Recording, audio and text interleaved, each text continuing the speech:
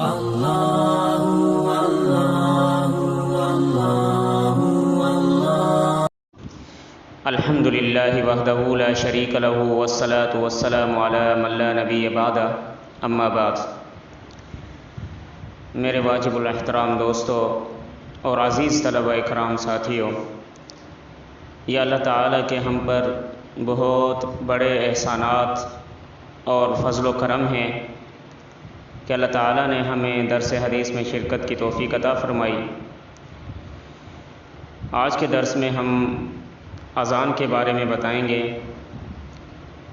کہ آیا اہل سنت والجماعت احناف جو آج کے دور میں اذان دیتے ہیں تو یہ وہی اذان ہے جو نبی علیہ الصلاۃ والسلام کے دور میں دی جاتی تھی، اور حضرت بلال رضی اللہ تعالیٰ عنہ نبی علیہ الصلاۃ والسلام کے سامنے کھڑے ہو کر اذان دیتے تھے، اور اس کے بعد حضرت ابوبکر صدیق رضی اللہ تعالیٰ عنہ کے دور میں یہی اذان دی جاتی تھی۔ اس کے بعد حضرت عمر فاروق رضی اللہ تعالیٰ عنہ کے دور میں یہی اذان دی جاتی تھی، اور اس کے بعد حضرت عثمان غنی رضی اللہ تعالیٰ عنہ کے دور میں بھی یہی اذان دی جاتی تھی۔ اس کے بعد حضرت علی المرتضیٰ رضی اللہ تعالیٰ عنہ کے دور میں بھی یہی اذان دی جاتی تھی۔ بہرحال کہنے کا مقصد یہ ہے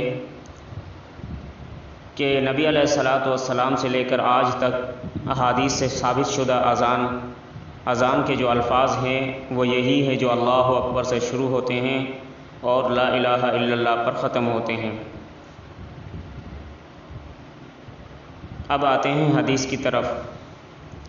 عن عبداللہ بن زید رضی اللہ تعالی عنہ قال لما امر رسول اللہ صلی اللہ علیہ وسلم بالناقوس يعمل ليضرب به للناس لجمع صلاة طواف به وأنا نائم رجل يحمل ناقوسا في يده فقلت يا عبد الله أتبيع الناقوس؟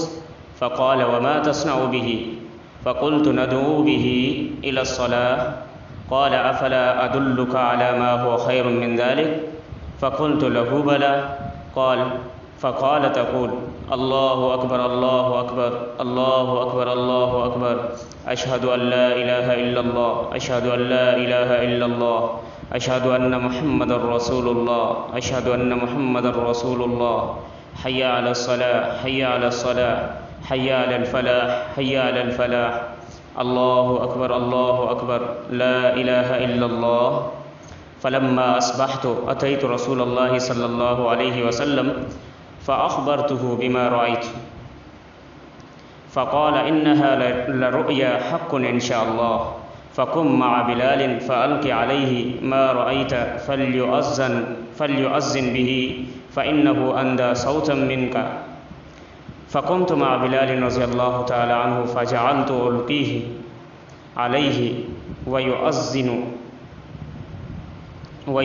به. قال فسمع ذلك عمر بن الخطاب رضي الله تعالى عنه وهو في بيته فخرج يجر رداءه ويقول والذي بعثك بالحق يا رسول الله لقد رأيت مثل ما أرى. فقال رسول الله صلى الله عليه وسلم فلله الحمد. سنن ابی داؤد جلد نمبر 1 صفحہ نمبر 79، سنن ابن ماجہ جلد نمبر 1 صفحہ نمبر 51، صحیح ابن حبان صفحہ نمبر 532، صحیح ابن خزیمہ جلد نمبر 1 صفحہ نمبر 223۔ حضرت عبداللہ بن زید رضی اللہ تعالیٰ عنہ سے روایت ہے کہ جب رسول اللہ صلی اللہ علیہ وسلم نے لوگوں کو نماز کے لیے جمع کرنے کے لیے ناقوس بجانے کا حکم فرمایا تو میں نے خواب میں ایک آدمی کو دیکھا جو ناقوس اٹھائے ہوئے تھا۔ میں نے اسے کہا اے اللہ کے بندے کیا یہ ناقوس بیچو گے؟ اس نے کہا اس کا تم کیا کرو گے؟ میں نے کہا نماز کے لیے لوگوں کو بلائیں گے۔ تو اس نے کہا کہ میں تمہیں اس سے بہتر الفاظ نہ بتاؤں؟ میں نے کہا کیوں نہیں؟ تو اس نے کہا یوں کہا کرو اللہ اکبر الی آخری، مکمل اس نے اذان سنائی۔ جب میں صبح کو اٹھا تو آپ صلی اللہ علیہ وسلم کی خدمت میں حاضر ہوا اور جو کچھ خواب میں دیکھا تھا وہ آپ صلی اللہ علیہ وسلم کو سنا دیا۔ تو آپ صلی اللہ علیہ وسلم نے ارشاد فرمایا یہ خواب حق ہے انشاءاللہ، تم بلال رضی اللہ تعالیٰ عنہ کے ساتھ کھڑے ہو کر جو کلمات خواب میں دیکھے ہیں ان کو سکھلا دو۔ اور وہ ان الفاظ کو اذان کی شکل میں کہتے جائیں، کیونکہ وہ تم سے زیادہ بلند آواز رکھتے ہیں۔ تو میں حضرت بلال رضی اللہ تعالیٰ عنہ کے ساتھ کھڑا ہو گیا اور ان کو ان کلمات کی تلقین کرنے لگا اور وہ اذان دیتے گئے۔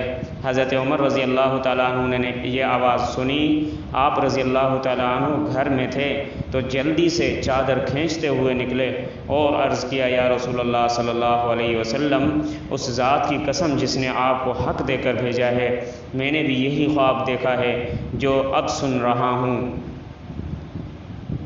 تو رسول اللہ صلی اللہ علیہ وسلم نے فرمایا، اللہ کا شکر ہے۔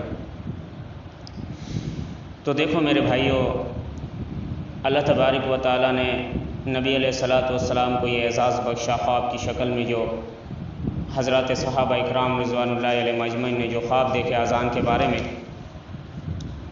تو نبی علیہ الصلاۃ والسلام کے دور میں بھی یہی الفاظ ہیں۔ میں نے ابھی الفاظ کو آپ کے سامنے ذکر کیا، اللہ اکبر سے شروع ہوئی اذان اور لا الہ الا اللہ پر ختم ہوئی۔ نہ تو اس حدیث میں اور حضرت عمر رضی اللہ تعالیٰ عنہ حدیث کو ذکر کرتے ہیں، ان سے جو روایتیں کافی کتابوں میں مطلب اذان کے بارے میں جو احادیث آتی ہیں، کسی بھی کتاب میں کسی بھی حدیث میں نہ تو کسی اذان کے شروع میں صلاۃ و سلام آتے ہیں۔ آج کل جو بریلوی مکتبہ فکر کے لوگ ہیں وہ جو صلاۃ و سلام شروع میں لگا دیتے ہیں، یہ کسی حدیث سے ثابت نہیں ہے۔ اذان کے شروع میں کہیں پر تو شروع میں لگا دیتے ہیں، کہیں پر آخر میں لگا دیتے ہیں، کہیں پر تو بالکل شروع میں لگاتے ہیں تو آخر میں نہیں لگاتے ہیں، آخر میں لگاتے ہیں تو شروع میں نہیں لگاتے، پتہ نہیں انہوں نے کیا کر رکھا ہے، اللہ ہی بہتر جانتا ہے۔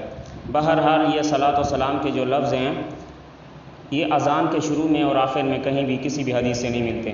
اور کچھ ایسے لوگ ہیں جو مذہب شیعہ سے تعلق رکھتے ہیں، وہ علی ولی اللہ کے لفظ اذان کے بیچ میں لگا دیتے ہیں۔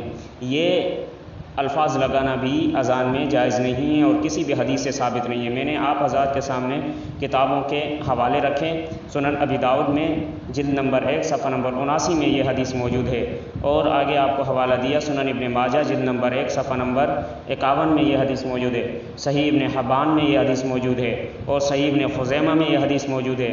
آپ کو جلد نمبر اور صفحہ نمبر بھی بتایا، آپ حضرات کے سامنے رکھا۔ اللہ تعالیٰ سے دعا ہے اللہ تبارک و تعالیٰ ہمیں بھی، آپ کو بھی اور سب مسلمانوں کو اس پر عمل کرنے کی توفیق عطا فرمائے۔ وآخر دعوانا ان الحمد للہ رب العالمین۔ اللہ